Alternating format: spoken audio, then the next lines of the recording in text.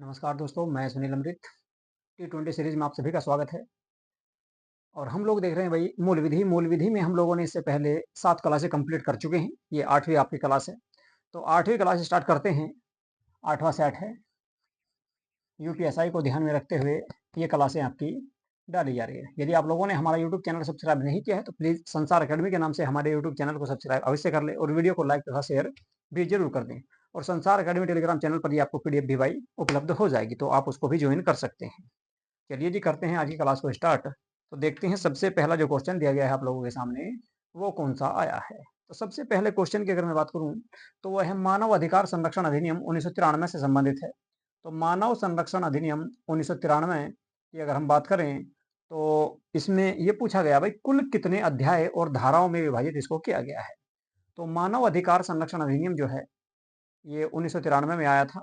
इसमें कुल कितने अध्याय पूछे गए हैं, कुल कितने अध्याय हैं और कुल कितनी धाराएं हैं। देखो अध्याय की अगर मैं बात करूं तो इसमें 8 अध्याय हैं भाई। कितने? 8। तो 8 अध्याय हैं। और धाराओं की बात करें तो 43 इसमें धाराएं दी गई हैं। 43 इसमें धारा दी गई है। तो 8 अध्याय और 43 धाराएं इसमें दी गई। तो ए ऑप्शन आपका सही हो रहेगा।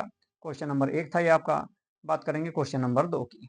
क्वेश्चन नंबर 2 को अगर बताया जाए आपको तो क्वेश्चन नंबर 2 है आपका, पढ़ते हैं दहेज मृत्यु।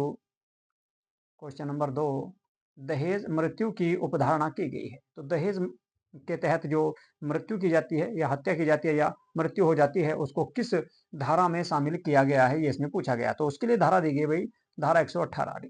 धारा 118 देखिए, भारतीय साक्ष्य अधिनियम 2023 जो आया है अभी हाल फिलहाल में, लिख देता हूं मैं नाम उसका, भारतीय साक्ष्य अधिनियम। भारतीय साक्ष्य अधिनियम कब आया? 2023 में। तो इसमें एक धारा दी गई है, धारा 118। धारा 118 इसमें क्या कहा गया? इसमें कहा गया है दहेज मृत्यु के बारे में जो है इसमें बताया गया है या उसकी उपधारणा दी गई। तो डी आंसर आपका सही हो जाएगा। क्वेश्चन नंबर 3 की बात करते हैं। क्वेश्चन नंबर 3 है, इनमें से कौन सा सत्य नहीं है? केंद्र सरकार चिड़ियाघर प्राधिकरण के सदस्यों को हटा सकती है। कैसे हटा सकती है ये बताना भाई। क्वेश्चन नंबर 3 था ये आपका। तो केंद्र सरकार जो है या केंद्रीय सरकार चिड़ियाघर प्राधिकरण के जो सदस्य होते हैं उनको किस तरह से हटा सकती है। ए में दिया गया दिवालिया हो गया हो, बी में दिया गया विकृत हो गया यानी कि पागल हो गया हो, सी में है किसी अपराध के लिए सिद्ध दोष ठहराया गया हो, और डी में दिया गया आपका इजाजत लिए बिना प्राधिकरण के लगातार 2 अधिवेशन में अनुपस्थित रहा हो। तो कैसे उसको हटाया जा सकता है? देखो भाई, आपका केंद्रीय चिड़िया प्राधिकरण में जो हटाने के जो प्रावधान दिए गए हैं वे कौन कौन से दिए गए हैं। एक तो आपका उसमें दिवालिया भी दिया गया है, यदि यह दिवालिया हो गया हो, ठीक है, तो इसमें आपका दिवालिया भी आ जाएगा, दिवालिया भी आ जाएगा। विकृत हो गया हो, यदि वो विकृत हो गया तो भी उसको हटाया जा सकता है, तो ये भी आपका सही रहेगा। किसी अपराध के लिए दोष सिद्ध ठहरा दिया गया हो तब भी हटा दिया जाएगा। इसके अलावा कार्य करने से इनकार करे तब भी हटा दिया जाएगा। और इजाजत के लिए बिना प्राधिकरण के लगातार 2 अधिवेशनों में अनुपस्थित हो तो भी उसको हटाया जा सकता है, तो भी उसको हटाया जा सकता है। तो कुल मिलाकर आपका सारे ऑप्शन सही हैं। तो इसमें एक और ऑप्शन में बना देता हूँ, डी में आपका सभी। सभी, तो ये आंसर इसका सही हो जाएगा भाई, यानी कि उपरोक्त सभी इसके आंसर सारे सही होंगे। क्वेश्चन नंबर 3 के क्वेश्चन आपका गलत हो गया था, यानी कि एक आपका ई ऑप्शन इसमें नहीं दिया गया था जिसका सही आंसर होगा।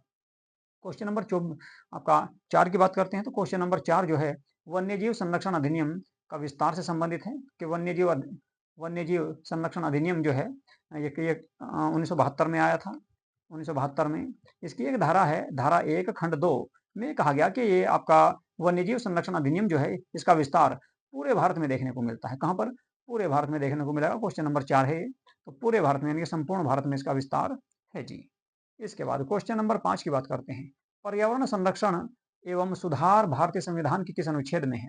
पर्यावरण संरक्षण एवं सुधार भारतीय संविधान के किस अनुच्छेद में इसका उल्लेख किया गया? मैंने आपको इससे पिछली क्लास, एक आपकी क्लास थी शायद 6ठी या 7वीं क्लास में, 6ठी क्लास में, उसमें आपको बताया था कि पर्यावरण संरक्षण अधिनियम वन्यजीव और जो है पर्यावरण और वन्यजीव सुरक्षा अधिनियम जो है भारतीय संविधान के अनुच्छेद 51A में इसको शामिल किया गया है।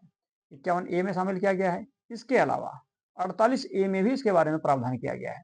तो 48A में भी इसका प्रावधान किया गया है। तो इसका जो सही आंसर होगा मैं आपको बताऊं, इस क्वेश्चन का सही आंसर क्या होगा ये आपको इसमें बताना। तो इसका जो सही आंसर होगा वो हो जाएगा आपका ए आंसर आपका इसमें सही रहने वाला है। कौन सा भाई? ए, क्योंकि अनुच्छेद 48 ए में पर्यावरण संरक्षण और वन्यजीव संरक्षण के बारे में उल्लेख किया गया है, जबकि अनुच्छेद 51 में मौलिक कर्तव्य दिए गए। अगर ऑप्शन में 48 नहीं होता तो फिर 51 ए को लगाते, क्योंकि 51 ए में आपके 11 मौलिक कर्तव्य दिए गए और उन 11 मौलिक कर्तव्यों में से एक मौलिक कर्तव्य है कर्तव्य नंबर 7, उसमें भी इस बात की चर्चा की गई है।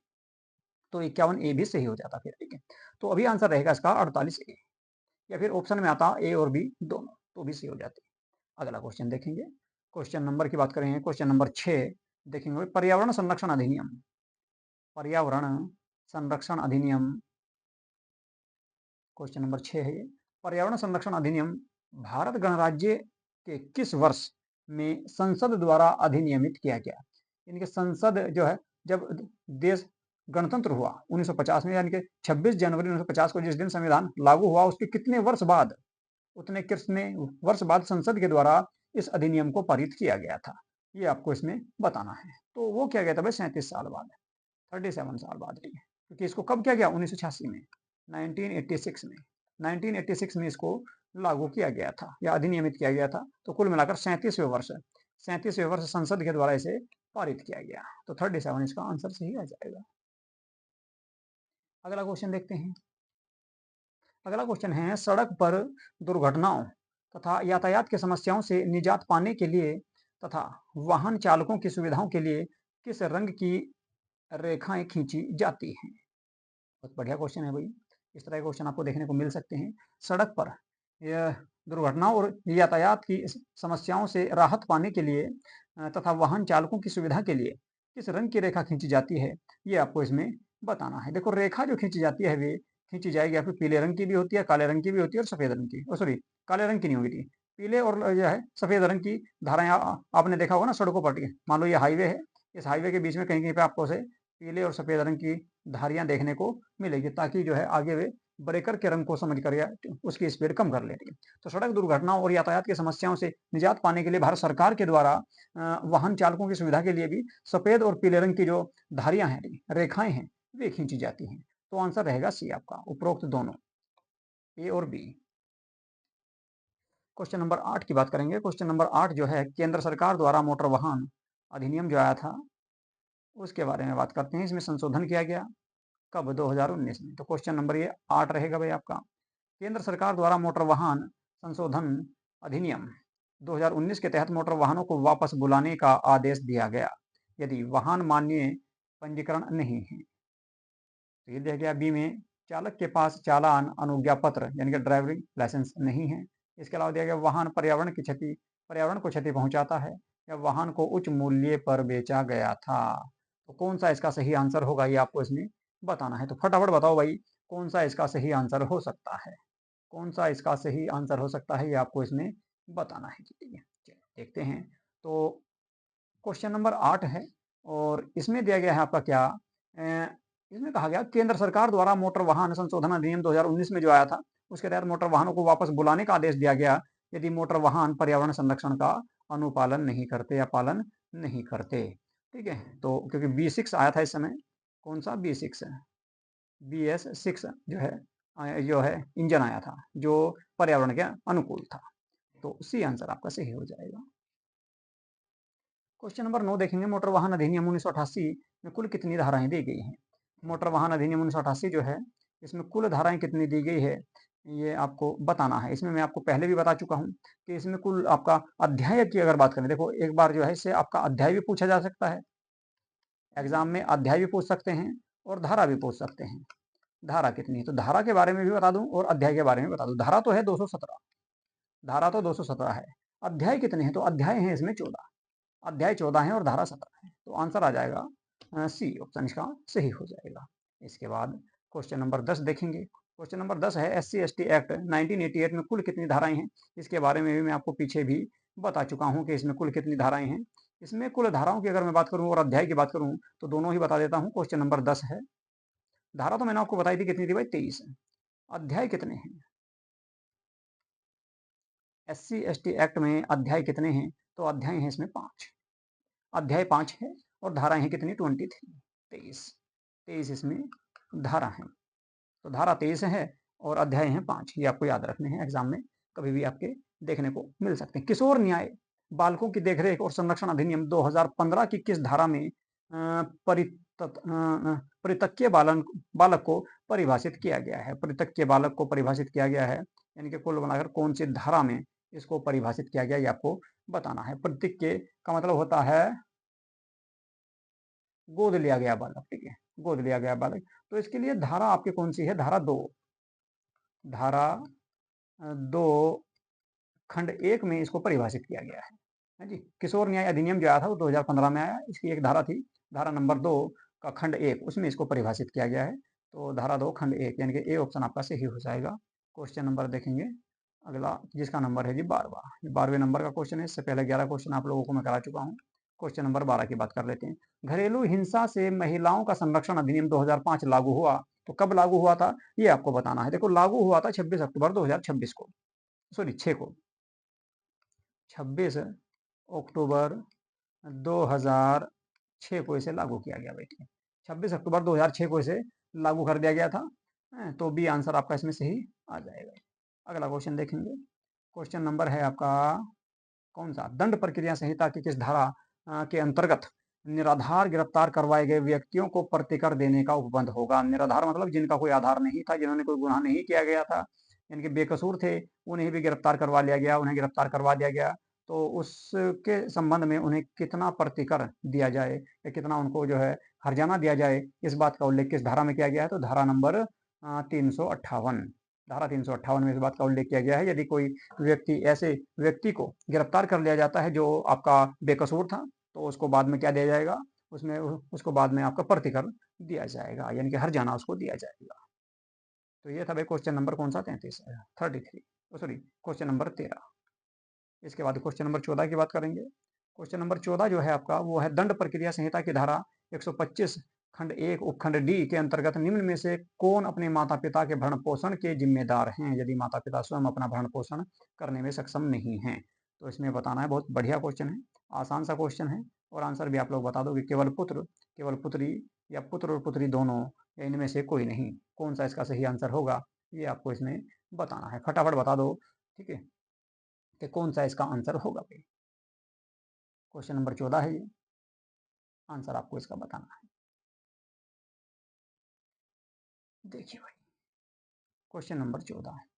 तो दंड प्रक्रिया संहिता की धारा 125, दंड प्रक्रिया संहिता कौन सी है ये? 1993 वाली, 1973, 93 11, 1973 वाली दंड प्रक्रिया संहिता की धारा 2A में, धारा 2A में, एक मिनट, धारा 2A में नहीं, धारा 125 1 डी के अंतर्गत निम्न में से कौन अपने माता पिता के भरण पोषण के लिए जिम्मेदार है, यदि माता पिता स्वयं अपना भरण पोषण करने में सक्षम नहीं है? तो इसमें भाई साहब दोनों आएंगे, पुत्र और पुत्री दोनों इसको शामिल किए जाएंगे। तो सी आंसर आपका इसमें हो जाएगा। इसके बाद क्वेश्चन नंबर 15 को देख लेते हैं। क्वेश्चन नंबर 15 की अगर मैं बात करूं तो क्वेश्चन नंबर 15 में दिया गया है क्या भाई? जमानती अपराध कौन से हैं, यानी कि जिनमें जमानत दी जा सकती है, वे कौन से अपराध हैं? जमानती अपराध कौन से माने गए हैं? देखिए, आपका दंड प्रक्रिया संहिता की धारा 1 आपकी कौन सी है? धारा 2A, धारा 2A, दंड प्रक्रिया संहिता 1973 जो है उसकी धारा 2A दी गई है। और धारा 2A में बताया गया है कि दंड प्रक्रिया संहिता की प्रथम अनुसूची में, जिसमें जमानती अपराध का उल्लेख किया गया है, उसके तहत, उसी के तहत आपको क्या जमानत दी जा सकती है। सभी सामान्य विचारण के प्राधिकरण नहीं हो सकते, सभी असंज्ञेय अपराध प्राधिकरण नहीं हो सकते, सभी प्रकरण जो सत्र न्यायालय द्वारा विचारणीय है नहीं हो सकते। तो ए आंसर आपका इसमें सही आ जाएगा, ये ऑप्शन आपका सही हो जाएगा। क्वेश्चन नंबर देखेंगे 16, निम्न में से कौन सी भारतीय दंड संहिता की धारा भारतीय संविधान के अनुच्छेद 14 और 21 के अधीन असंवैधानिक करार कर दी गई? बताओ कौन कौन सी वे धाराएं हैं जो भारतीय संविधान के अनुच्छेद 14 और 21 के अधीन असंवैधानिक कर दी गई है। ठीक है, ये 16 क्वेश्चन आपका, इससे पहले 15 क्वेश्चन कर चुके हैं। तो देखिए, एक मुकदमा आया था, मुकदमे का नाम था, मैंने आपको पीछे भी बताया था, मिट्टू बनाम पंजाब राज्य। मिट्टू बनाम जो पंजाब राज्य था, लिख दूं मैं एक बार, मिट्टू, मात्रा नहीं आएगी भाई, मिट्टू वर्सेस पंजाब राज्य, पंजाब राज्य करके जो मुकदमा आया कब 1983 में। इस मुकदमे में एक धारा थी 303, धारा 303, धारा 303 को असंवैधानिक घोषित किया गया। धारा 3 से जो है आपकी वो आर्टिकल 14 और आर्टिकल 21 को लेकर जो है उसमें कुछ उल्लंघन हो रहा था, तो इस बात को लेकर 303 धारा को समाप्त कर दिया गया था। तो धारा 303 को इसमें समाप्त किया गया था। क्वेश्चन आंसर आ जाएगा बी। ये क्वेश्चन आपको पहले भी देखने को मिला था एक बार। चलिए ये अगला क्वेश्चन देखेंगे। अगला जो क्वेश्चन है क्वेश्चन नंबर 17, बूटा सिंह बनाम पंजाब राज्य का वाद किससे संबंधित है या कौन सी धारा से संबंधित है? बूटा सिंह बनाम पंजाब राज्य की अगर मैं बात करूं तो ये मुकदमा आया था 1991 में भाई, 1991 में आया। और भारतीय दंड संहिता की धारा कौन सी है? 99, धारा 99 से ये आपका संबंधित था। धारा 99 से ये मुकदमा आपका संबंधित था, तो धारा 99 से संबंधित था। ठीक है जी। इसके बाद देखेंगे अगला क्वेश्चन। चलिए अगला क्वेश्चन देख लेते हैं। क्वेश्चन नंबर कितने हो चुके हैं?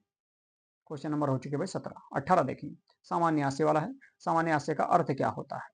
सामान्य आशय की परिभाषा क्या होती है? देखिए सामान्य आशय की जो परिभाषा दी गई है वो दी गई कहाँ पर? वो दी गई भाई भारतीय दंड संहिता जो 1860 वाली है। भारतीय दंड संहिता, भारतीय दंड संहिता 1860 जो है, इसमें एक धारा दी गई, धारा है 34। धारा 34 के अनुसार बताया गया कि भाई सामान्य आशय किसे माना जाएगा? तो सामान्य आशय जो माना गया है वो किसको माना गया? उसको माना गया सभी द्वारा आशय में भागीदारी, यानी कुल मिलाकर उस आशय में जितने भी लोग भागीदार होंगे उन सभी को क्या माना गया? सामान्य आशय माना गया है। सामान्य आशय का प्रावधान जो है भारतीय दंड संहिता 1860 में किया गया। धारा मैंने आपको बता दी 34 है। धारा 34 के अनुसार ये कहा गया कि जब कोई आपराधिक कार्य कई व्यक्तियों के द्वारा, यानी कि एक से ज्यादा व्यक्तियों के द्वारा किया गया हो और अपने सामान्य आशय को अग्रसर करने में किया गया हो, यानी कि कोई जो ना सामान्य आशय करने में किया गया हो, सामान्य उद्देश्य के लिए किया गया हो, तब ऐसे व्यक्तियों में से हर व्यक्ति उस कार्य के लिए उसी प्रकार दायित्व के अधीन होगा मानो वह कार्य अकेले उसी ने किया हो, यानी कि उनमें सबको माना जाएगा, सबको उसमें जिम्मेदार माना जाएगा, तो उसे कहा जाएगा सामान्य आशय। मान लो एक जो है घर में किसी 10 व्यक्तियों ने चोरी की, ठीक है जी, तो उसे सामान्य आशय माना जाएगा क्योंकि प्रत्येक व्यक्ति ने चोरी की है, तो प्रत्येक व्यक्ति जिम्मेदार होगा उसका, तो सी आंसर इसमें आ जाएगा। अगला क्वेश्चन देख लेते हैं।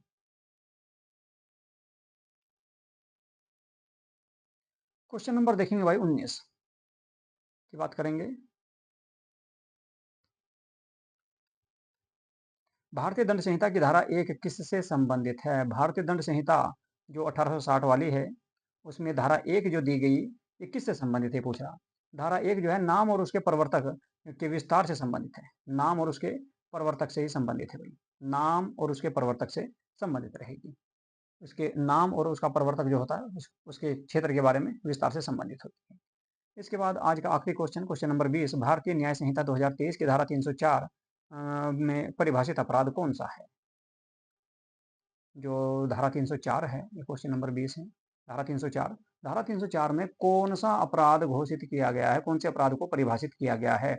इसमें क्या गया भाई आपका झपटमारी, झपटमारी को इसमें शामिल किया गया है। झपटमारी, झपटा मारना, चैन वगैरह छीनना, ठीक है, वो चीजें आ जाएगी, झपटा मार के छीन के भाग जाना, वो चीजें इसमें रहेगी, तो बी आंसर इसका सही हो जाएगा। तो ये थे भाई आज के 20 क्वेश्चन। ठीक है, आप लोगों को आज की क्लास कैसी लगी इसके बारे में जरूर बताएं और कमेंट बॉक्स में आप लोग भी जो है अपने आंसर इसमें दिया करो भाई। ठीक है, तो चलिए आज की क्लास को करता हूँ यहीं पे समाप्त। यदि आप लोगों ने हमारे यूट्यूब चैनल को सब्सक्राइब नहीं किया है तो प्लीज हमारे यूट्यूब चैनल को सब्सक्राइब अवश्य कर लें। ठीक है, संसार अकेडमी के नाम से भी है और एक भाई यूजीसी नेट गोल्ड के नाम से भी है। चलिए यहीं पे करूँगा आज की क्लास को समाप्त। नमस्कार।